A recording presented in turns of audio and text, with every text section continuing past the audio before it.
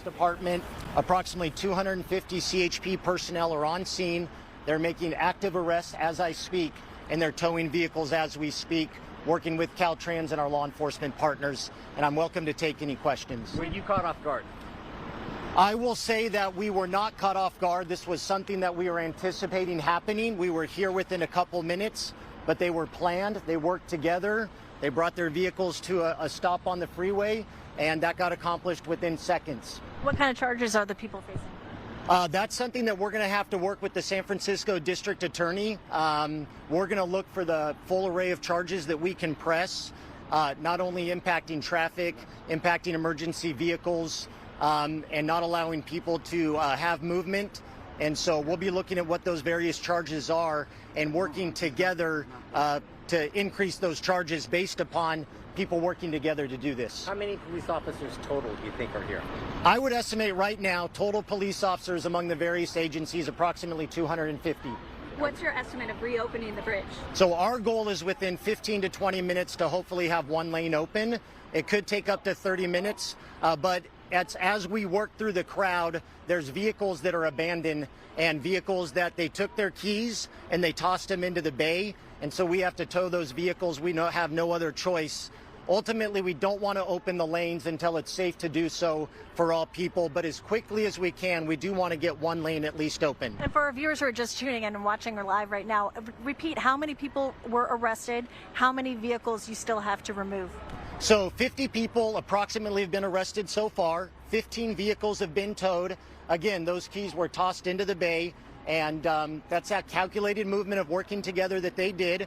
We could still have 5, 10, 15 more cars to tow. Each time we work our way through the next set of vehicles, we're finding abandoned cars and more protesters. We estimate another 25 to 50 arrests could be made today. Once all arrests are done, we will provide those final numbers to the press. How far back are you having to go down the bridge to see if these vehicles are still? So right now we're having to go hundreds and hundreds of yards past the initial scene where we're still finding protesters in vehicles. Okay. And that's what's really causing the major delay. If it had only been one set of vehicles and one set of protesters, we would have gotten out of here very quickly.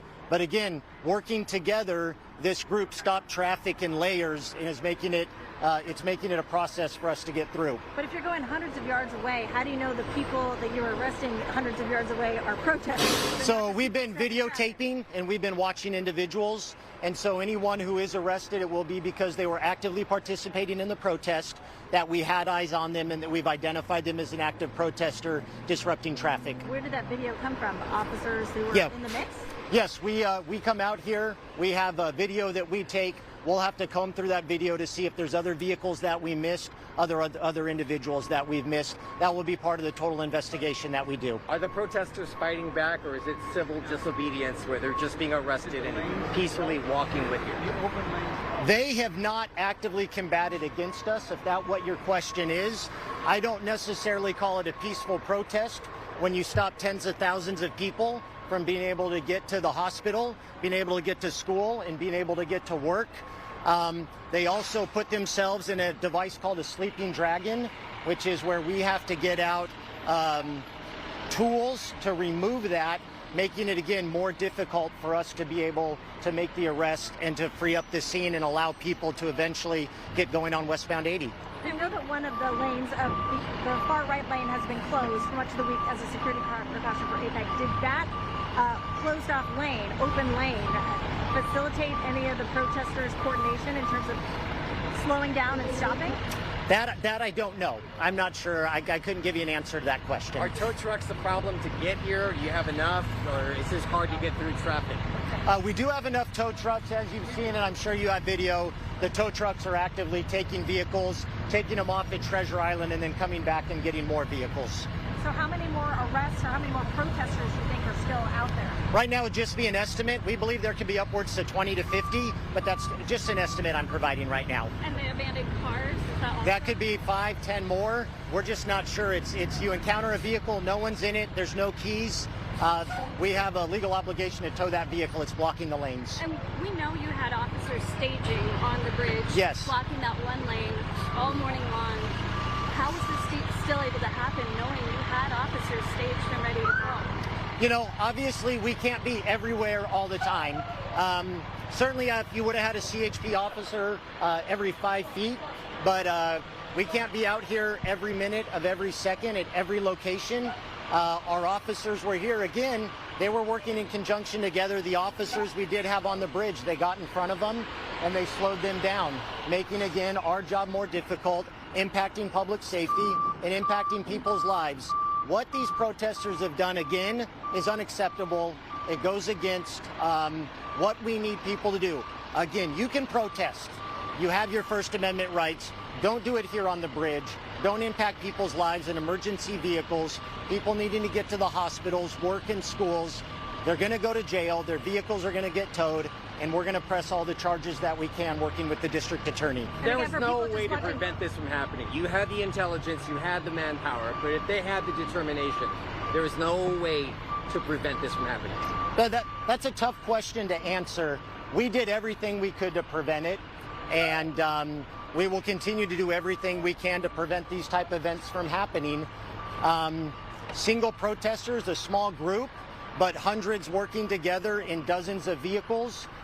They were on a mission to do what they did, and they were successful, and it was wrong. A logistical question. You said you've had to go back hundreds of yards so far to check each row of cars to see which ones belong to protesters, which ones have been abandoned. Are you going to go all the way down to the Bay Bridge Toll Plaza? Is that the idea? And if so, how long is that going to take? Yeah, we'll continue to work our way through until we have no more abandoned vehicles and no more protesters. We have officers on the Oakland side near the toll plaza, motor officers, as you've seen.